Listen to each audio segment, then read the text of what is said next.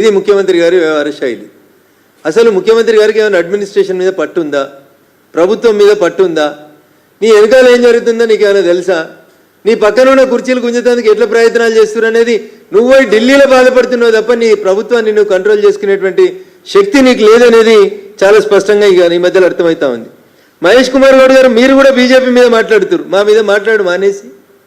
మీరు చేయాల్సిన పని ఏంటంటే కాంగ్రెస్ ప్రభుత్వంలో ఇంకా 6 మంత్రి పదవులు ఖాళీగా ఉన్నాయి. ఒక్క బీసీకి మంత్రి పదవికి అర్హత లేదా?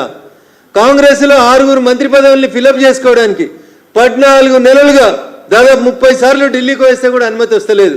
మీరు వచ్చి బీజేపీ గురించి, భారతీయ జనతా పార్టీ గురించి, నరేంద్ర మోడీ గారి గురించి మాట్లాడతారు.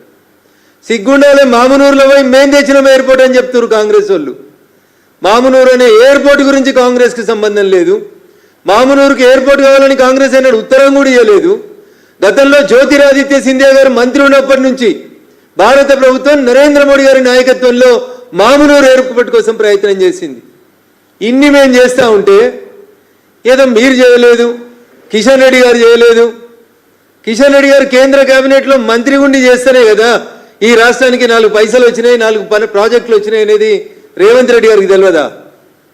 విషయం అంతా కూడా ఆయన చేస్తున్న మున్సిపల్ మంత్రి లేక చెరువులో చచ్చిపోయిన వాళ్ళ గురించి మాట్లాడాడు. మంత్రి ఉండి టన్నెల్లో చచ్చిపోతే శవాలను పైకి తీయడం చేతగాక దాని గురించి మాట్లాడాడు.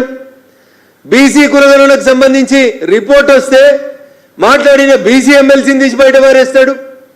6 మంత్రి పదవులు ఖాళీగా ఉంటే మంత్రుల్ని నింపుకునే చేత కాదు.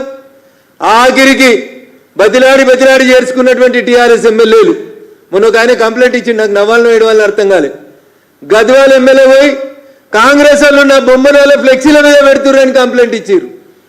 గద్వాల ఎమ్మెల్యే పోయి ముఖ్యమంత్రితోటి కండువా కప్పించుకున్న గద్వాల ఎమ్మెల్యే పోయి పోలీస్ స్టేషన్లో కంప్లైంట్ ఇచ్చి కాంగ్రెస్ పార్టీ వాళ్ళు నా బొమ్మను తీసుకుపోయి ఫ్లెక్సీలో పెడుతుర్రని పోలీస్ స్టేషన్లో ఎఫ్ఐఆర్ నమోదు చేయించారు. అంటే ఏమర్థమవుతుంది రేవంత్ రెడ్డి? రేపో మాపో టీఆర్ఎస్కి వచ్చినటువంటి 10 మంది ఎమ్మెల్యేలు తిరిగి టీఆర్ఎస్కి పోయేటువంటి ప్రయత్నాలు జరుగుతున్నాయి. నీ ప్రభుత్వాన్ని కూల్చేందుకు కుట్ర జరుగుతుంటే అటెన్షన్ డైవర్షన్ కోసం కిషన్ రెడ్డి గారిని తిడుతున్నావు తప్ప కిషన్ రెడ్డి గారికి నీకు పోలిక ఎక్కడిది?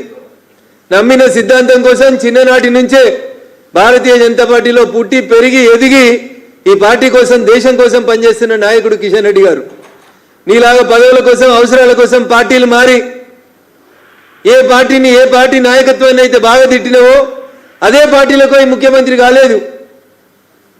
కిషన్ రెడ్డి గారు సౌమ్యుడు, మంచోడు, నిరంతరం ప్రజల కోసం పనిచేసేటువంటి నాయకుడు. ఆయన తిడితే ఏమొస్తుంది? ప్రాజెక్టుల మీద చర్చకు రమ్మని నేను 4 సార్లు అడిగిన మీ కాంగ్రెస్ పార్టీని. దేని మీద వస్తారు? మళ్ళీ నిన్న మీ పిసిసి ప్రెసిడెంట్ కూడా మాట్లాడుతున్నాడు ఐటీఐఆర్ గురించి. జరేందో చెప్పుర్రన్న ఐటీఐఆర్ తీసుకురండి. మన్మోహన్ సింగ్ మంజూరు చేసిన ఐటీఐఆర్ తీసుకురండి. ఏముందో కాగితం మీ దగ్గర? ఏం చేయాలని రాసిరో ఐటీఐఆర్లో తీసుకురండి.